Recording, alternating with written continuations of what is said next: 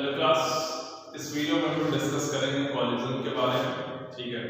और फिर हम लोग कुछ डेरिवेशन करेंगे। उससे पहले हम लोग ये समझ लेते हैं कि कॉलिजन बेसिकली है क्या। तो कॉलिजन क्या है? The event in which two or more bodies exert force on each other for a very short duration.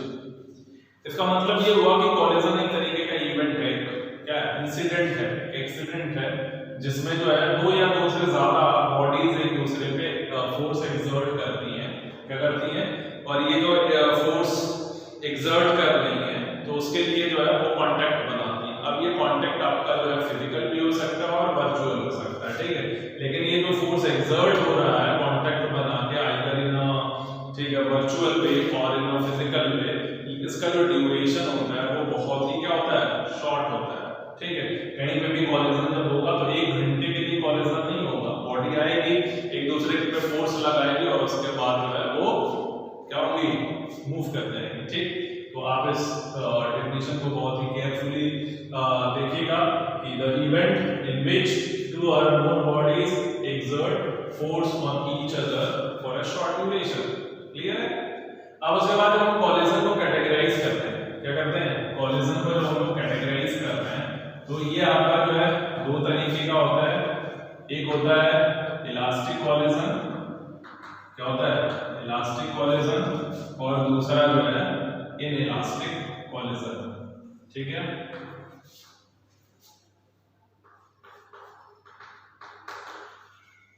ठीक,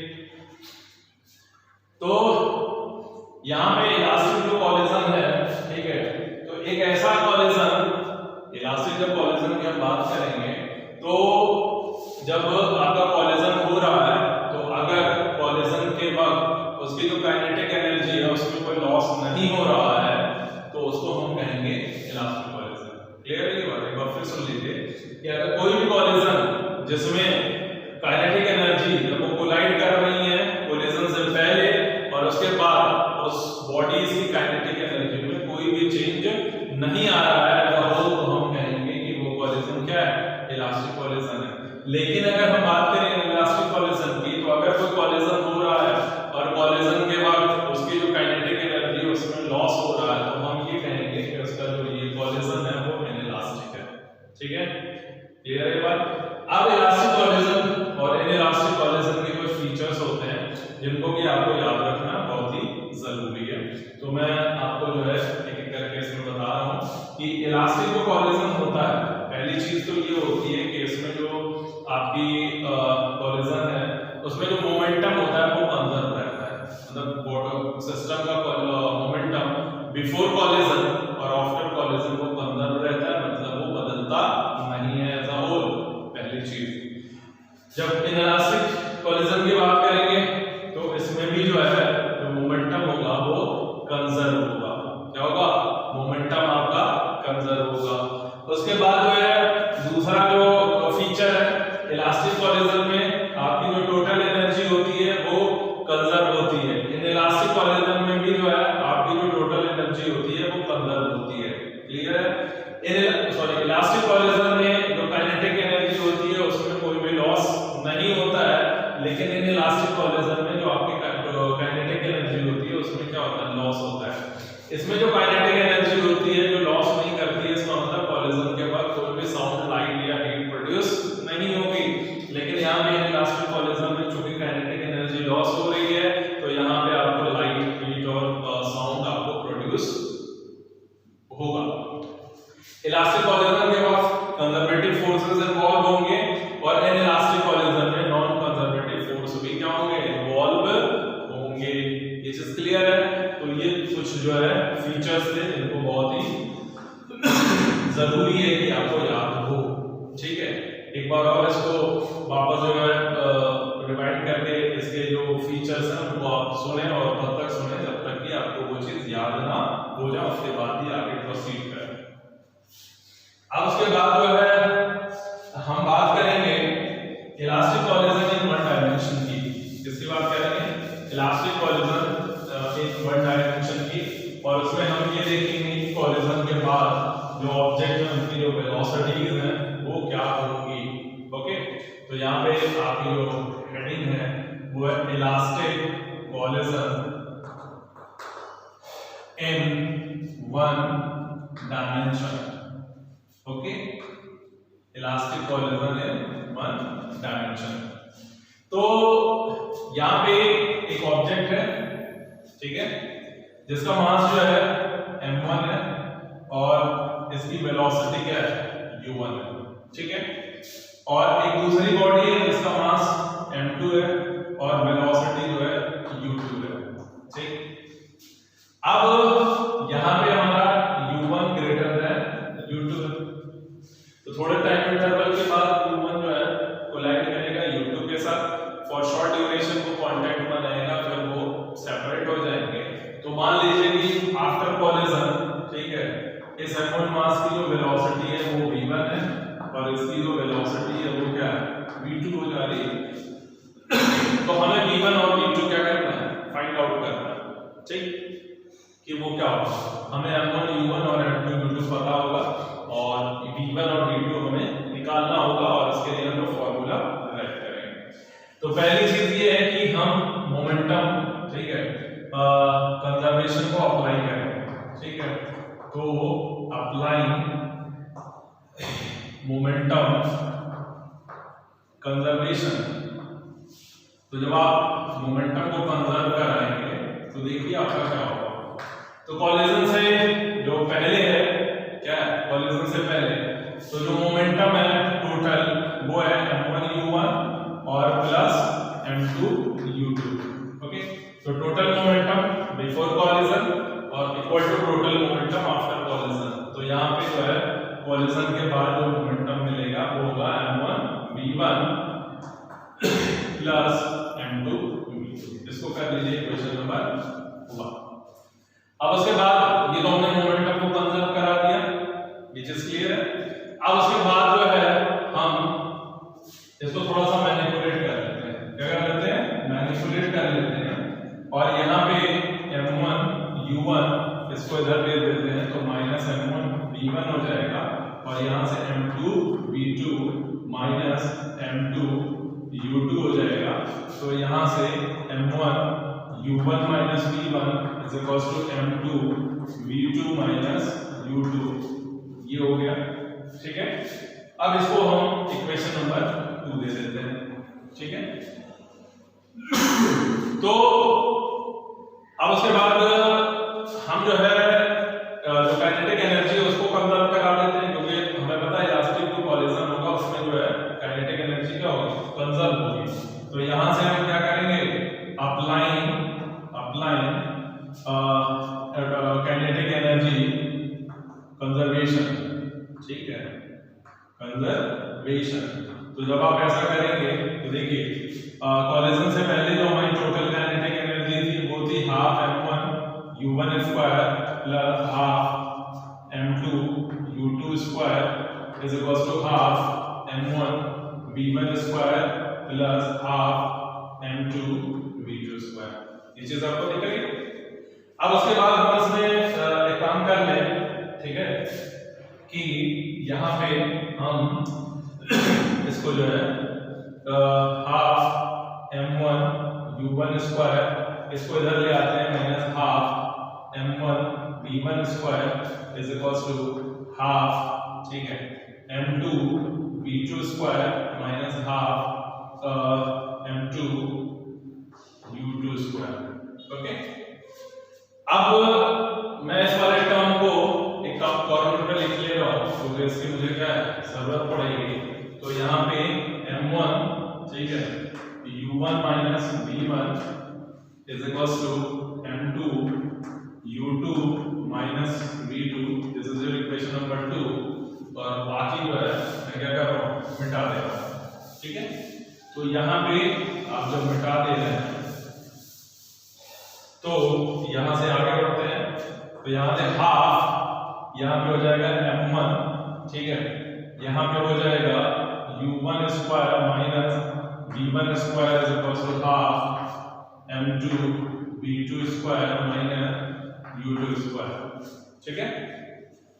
अब उसके बाद हाफ m1 यहाँ से u1 माइनस v1 यहाँ से U2 minus V2 is equals to half M2 V2 minus U2, और यहाँ से जो है ये चीज प्लस होगी V2 plus U2 minus U2। Okay, जैसे कि a square minus b square क्या होता है, a plus b into a minus b, तो हमने u1 square minus b1 square को उस फॉर्मूले से लिख दिया u1 plus b1 u2 minus u1 plus b1 u1 minus b1। ठीक है, अब उसके बाद इसको हम जो है एक काम कर लेते हैं कि इसको उस वाले से इक्वेशन नंबर 2 से डिवाइड कर देते हैं। तो जब आप ऐसा करेंगे, ठीक है, तो यहाँ से जो है m1 ये आपको मिलेगा u1 माइनस b1, और यहाँ पे आपको मिलेगा m2 u2 माइनस u2, और ये v2 है v2 माइनस u2, क्या मिलेगा v2 माइनस u2। तो यहाँ पे ये वाला आपका कैंसिल आउट हो जाएगा, m1 से m1 कैंसिल आउट हो जाएगा, v2 माइनस u2 यहाँ कैंसिल आउट हो जाएगा, m2 और m2 कैंसिल आउट हो जाएगा, हाफ से हाफ कैंसिल आउट हो जाएगा। तो यहाँ पे आप पाएंगे u1 प्लस v1 आपका जो है क्या मिलेगा v2 प्लस u2 मिल जाएगा। इसको आप जो है इक्वेशन नंबर जो है क्या दे दें 3 दे दें। ठीक है, अब उसके बाद हम यहां से, ठीक है, इसको लिखते हैं v2 is equals to u1 plus v1 minus u2। ये बात समझ में आ रही? अब इस v2 को, इस वाले v2 को जो हमारा पहला इक्वेशन था, हमारा जो पहला इक्वेशन था m1 u1 plus m2 u2 is equals to m1 v1 plus m2 v2, उसमें इसकी वैल्यूज को हम पुट करके वहां से हम सॉल्व करेंगे। ठीक है, तो हम पहले उस इक्वेशन को लिख लेते हैं कि m1 u1 plus m2 u2 is equals to m1 v1 plus m2 v2। Okay, तो यहाँ पे हम जो है m1 v1 प्लस v2 की जगह पे हम ये वाली वैल्यू आगे पुट करेंगे। तो यहाँ से m2 और v2 की जगह पे हो जाएगा u1 plus v1 minus u2। Okay, अब इसको हम सॉल्व करके v1 की वैल्यू को फाइंड आउट करते हैं। तो अब यहाँ पे जब आप सॉल्व करोगे तो m1 u1 plus m2 u2 is equals to m1 v1 plus m2 u1 plus m2 v1 minus m2 u2 होगा। ओके, तो अब हमें क्या चाहिए, v1 चाहिए, तो उस वाले टर्म को हम क्या करते हैं, यही रहने देते हैं, और बाकी टर्म इसको और इसको, ठीक है, मैं इधर लिख देता हूं। तो जब ऐसा मैं करूंगा तो ये हो जाएगा m1 v1 plus m2 u2, ठीक है, इसको जब मैं इधर ला रहा हूं माइनस m2 u1 और प्लस क्या हो रहा है m2 u2 is equals to यहां पे बच रहा है m1 v1 plus m2 v1। Clear है? अब यहां पे अगर आप देखें, यहां पे m1 u1 है, यहां पे m2 u1 है, तो इसमें जो कॉमन सी चीज है u1 उसको मैं कॉमन कर ले रहा हूं, तो m1 minus m2 u1 plus m2 u2 this is your 2m2 u2 is equals to m1 plus m2 into v1। ये चीज क्लियर है? अब उसके बाद हम यहां से v1 की वैल्यू को लिख लेंगे। तो v1 इज इक्वल्स टू इस वाले टर्म को हम इधर भेज देंगे, तो यहां पे m1 माइनस m2 अपॉन, ठीक है, m1 plus m2 into u1 plus 2 times m2 upon m1 plus m2 into u2 मिलेगा। तो ये आपका v1 जो है डिराइव होके आ गया, इसको आप जो है, ठीक है, लिख लेंगे। क्लियर है?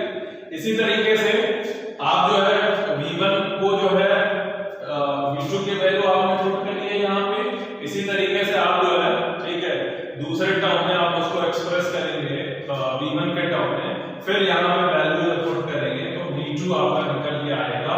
तो उसको आपको जो है चाहे तो सॉल्व कर लें, ठीक है, नहीं तो उसको आप क्या कर लें, डायरेक्ट उसकी वैल्यू को यहाँ पे पुट कर लें। तो बस करना कुछ नहीं है, v2 को करने के लिए, ठीक है, जहां पे आपका जो है u1 है उसको आप जो है क्या करें, एक्सचेंज कर लें, ठीक है। अब आपको करना कुछ नहीं है, यहाँ पे जहां पे भी जो है 1 है उसको 2 कर दीजिए और जहां पे 2 है वहां 1 कर दीजिए। तो v2 आपका हो जाएगा m2 माइनस m1 अपॉन, ठीक है, m2 प्लस m1 जो कि m1 प्लस m2 ही है, यहाँ पे आपका u2 हो जाएगा और plus 2 times m1 upon m2 plus m1 into, ठीक है, u1, ठीक है। तो आपने जो है v1 और v2 के वैल्यू को क्या कर दिया, कैलकुलेट कर लिया। क्लियर है ये बात? तो आप v1 और v2 को पा चुके हैं। तो इस फॉर्मूले को आप क्या रखेंगे, याद, क्या रखेंगे, याद रखेंगे, क्योंकि इसका यूज कहां पे होगा, न्यूमेरिकल, ठीक है। तो ये डेरिवेशन हो गया। अब उसके बाद हम लोग स्पेशल केस की बात करेंगे। क्या बात करेंगे, स्पेशल केस। तो स्पेशल केस में देखिए क्या होगा, पहला केस हम लेके चलते हैं, केस 1। केस 1, तो केस 1 में आपके जो कोलिजन हो रहा है उसमें आपका जो दोनों बॉडीज हैं, दोनों जो बॉडीज हैं उनका जो है इक्वल मास है। क्या है, इक्वल मास है। मतलब इंसिडेंट कुछ ऐसे बन रहा है कि दो बॉडीज है वो कोलाइड कर रही हैं और उनका जो है u1 और u2 वेलोसिटी है, लेकिन दोनों का मास सेम है। तो आपको ये बताना है v1 और v2 कितना होगा। तो हम क्या करेंगे, यहाँ पे जो v1 निकालने के लिए m1 और m2 को m रख देंगे, ठीक है, रखें। तो यहाँ पे m1 और m2 जब बराबर होंगे तो उसका डिफरेंस क्या होगा, 0 होगा। तो ये पूरा का पूरा जो टर्म है वो क्या हो जाएगा, 0 हो जाएगा। और यहाँ पे v1 आपको मिलेगा 2m upon m plus m, क्या होगा, m plus m into u2, ठीक है। तो 2m जो है वो क्या हो गया, कैंसिल आउट हो गया। तो v1 की वैल्यू आपको मिल गई u2। अब देखें v2 क्या मिलेगा, क्योंकि इक्वल मास है तो ये क्या होगा, 0 देगा। यहाँ पे जो है 2 आपका मिल जाएगा 2m अपॉन 2m इनटू क्या होगा, u1। तो यहाँ से v2 इज इक्वल टू क्या मिलेगा, u1। तो यहाँ पे जब आप गौर करें तो क्या मिल रहा है, v1 आपका u2 मिल रहा है और v2 आपका क्या मिल रहा है, u1। इसका मतलब ये हुआ कि दो इक्वल मासेस की बॉडी जब एक दूसरे से कोलाइड करेंगी तो आफ्टर कोलिजन उनकी जो वेलोसिटी होगी वो क्या होगी, एक्सचेंज हो जाएगी। मतलब जो पहले वाली बॉडी की वेलोसिटी है जो दूसरे की वेलोसिटी है उसके बराबर हो जाएगी, और जो दूसरे बॉडी की वेलोसिटी है वो जो पहली बॉडी की वेलोसिटी थी उसके इक्वल हो जाएगी। ये बात क्लियर है? चलिए अब उसके बाद हम लोग बात करेंगे केस नंबर 2 की। किसकी बात करेंगे, केस नंबर 2 की।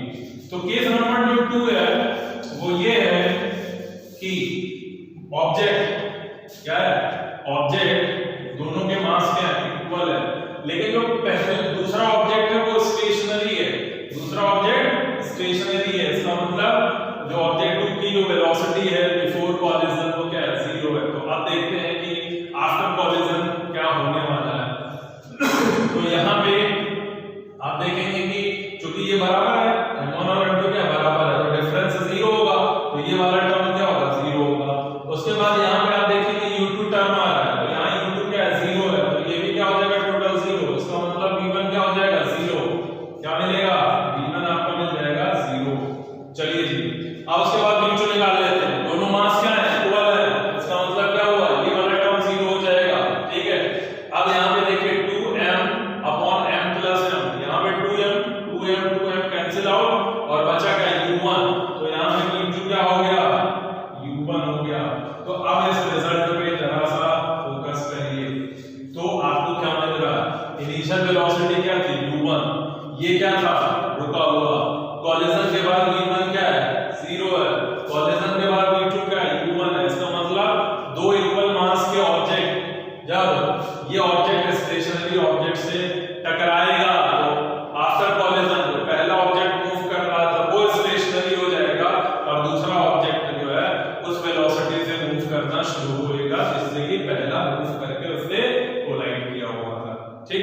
ये चीज क्लियर है। तो आप डेरिवेशन को काफी इंपॉर्टेंट है, उसको आप एक दो बार डिराइव करिएगा, और चूंकि उसमें कई सारे terms v1 v2 u1 u2 कुछ इस तरीके के हैं, तो उसमें जो है गलती होने के चांसेस हैं, तो उसको आप ध्यान दीजिएगा। ओके, तो इससे रिलेटेड न्यूमेरिकल्स हम लोग डिस्कस करेंगे। ओके, तो इस वीडियो में इतना